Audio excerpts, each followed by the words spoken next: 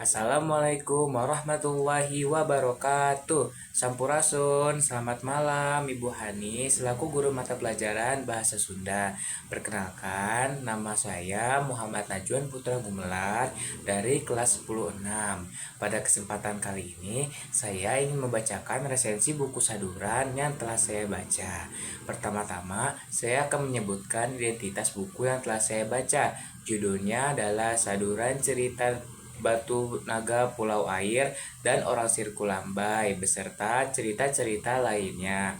Buku ini diterbitkan pada tahun 2024 oleh Novri Dwinozora dan memiliki jumlah halaman sebanyak 116 halaman. Untuk pembukaannya, saya ingin menjelaskan buku ini itu buku apa sih? Jadi, buku saduran cerita Batu Naga Pulau Air dan Orang Sirkulambai beserta cerita lain-lainnya adalah buku yang mengandung isi cerita rakyat. Tidak hanya satu, melainkan 4 cerita rakyat yang ada dalam buku ini. Tidak hanya cerita rakyat yang disampaikan, namun pesan moral yang ada dalam cerita ini juga bisa kita jadikan motivasi dalam kehidupan sehari-hari. Selanjutnya, saya akan menjelaskan isi yang ada pada buku cerita ini.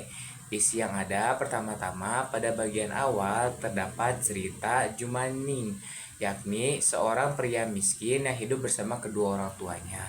Jumaning ini adalah seorang anak yang sangat pekerja keras.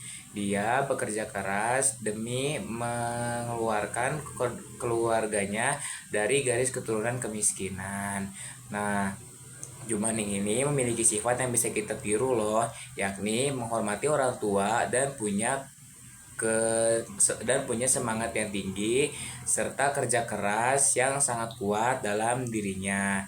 Nah, setelah cerita Jumaning ditutup, dilanjutkan dengan cerita utama dari buku ini, yaitu Batu Naga Pulau Air dan Orang Sirkulambai, di mana cerita ini menceritakan tentang orang-orang Sirkulambai yang melawan naga yang datang menghancurkan desa. Orang-orang Sirkulambai, terutama para pria, bersatu dan membentuk strategi untuk membunuh dan mengusir naga dari desa Sirkulambai. Nah, cerita ini menurut saya sangat menarik karena dalam cerita ini terdapat berbagai adegan peperangan yang sangat seru dan epik untuk ditonton, untuk dibayangkan serta dibaca oleh kita semua. Lalu setelah cerita ini ditutup, dilanjutkan dengan cerita Miarti yang berubah menjadi ikan.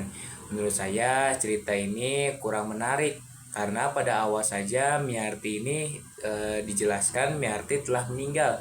Kita tidak tahu bagaimana kepergiannya dia atau bagaimana jelasnya kenapa si Miarti ini bisa tiada. Setelah itu ternyata warga menemukan bahwa Miarti ini justru malah berubah menjadi seekor ikan yang berada di sebuah kolam.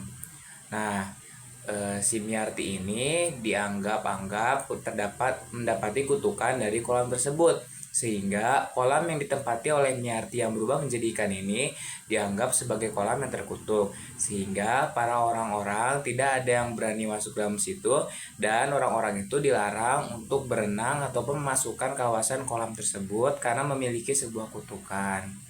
Lalu setelah cerita si Miarti beres, dilanjutkan dengan cerita terakhir, yakni Kampung Tambang, di mana kampung ini awalnya adalah kampung yang terikat oleh penjajahan. Mereka ini dijajah sangat pedih oleh orang-orang Belanda. Namun mereka memiliki strategi dan kerjasama yang sangat kuat, sehingga mereka membentuk cara untuk mengusir para penjajah. Nah, dari cerita ini kita juga bisa mengambil pesan moral bahwa kerjasama itu penting dan doa kepada Allah Subhanahu wa Ta'ala juga penting dalam perjuangan kita. Nah, itu mungkin isi yang bisa saya sampaikan dari buku ini. Lalu saya akan membacakan kelebihan buku ini. Kelebihannya, satu, cerita yang ada dalam buku ini sangatlah banyak dan bervariasi, sehingga kita tidak membosan membaca satu cerita, melainkan terdapat banyak cerita dengan alur yang berbeda-beda. Kedua, bahasa Indonesia yang digunakannya adalah bahasa yang sederhana dan formal, sehingga kita sebagai pembaca mudah untuk memahaminya. Lalu, kelebihan yang ketiga, buku ini mengandung sangat banyak pesan dan moral yang bisa kita jadikan sebagai motivasi dalam kehidupan kita. Lalu, saya akan membacakan kekurangan dari buku ini, yakni seperti yang tadi setelah saya ceritakan, pendahuluannya ini yang tidak begitu jelas, sehingga saya tidak tahu kenapa tiba-tiba masuk ke dalam cerita Jumaning, kenapa ke dalam cerita yang lainnya, tanpa ada hubungan-hubungan yang jelas. Nah, kekurangan yang keduanya ini masih nyambung, di mana perubahan ceritanya terlalu cepat, sehingga saya kadang bingung membaca cerita dari Jumaning ke cerita Batu Naga Pulau Air dan Orang Sirkulambai. Lalu, kekurangan yang ketiga adalah ceritanya tidak semuanya menarik dibaca, hanya mungkin 3 atau 2 cerita yang menarik untuk dibaca di dalam buku ini. Nah, itu saja mungkin kelebihan dan kekurangan yang bisa saya jelaskan. Saya akan tutup resensi buku cerita yang telah saya baca ini dengan menyimpulkan apa aja yang ada dalam buku ini. Secara ringkasnya, buku ini itu adalah buku yang mengandung berbagai macam cerita-cerita rakyat yang bisa kita pelajari, terutama bagi para pelajar yang ingin mengetahui nilai unsur budaya pada daerah Minangkabau. Tidak hanya itu, dalam cerita buku ini pula terdapat banyak pesan moral yang bisa kita ambil dan petik serta dijadikan motivasi untuk melakukan kehidupan sehari-hari. Mungkin itu saja yang bisa saya bacakan tentang resensi buku yang telah saya baca. Kurang lebihnya mohon dimaafkan. Saya izin pamit. Wassalamualaikum warahmatullahi wabarakatuh.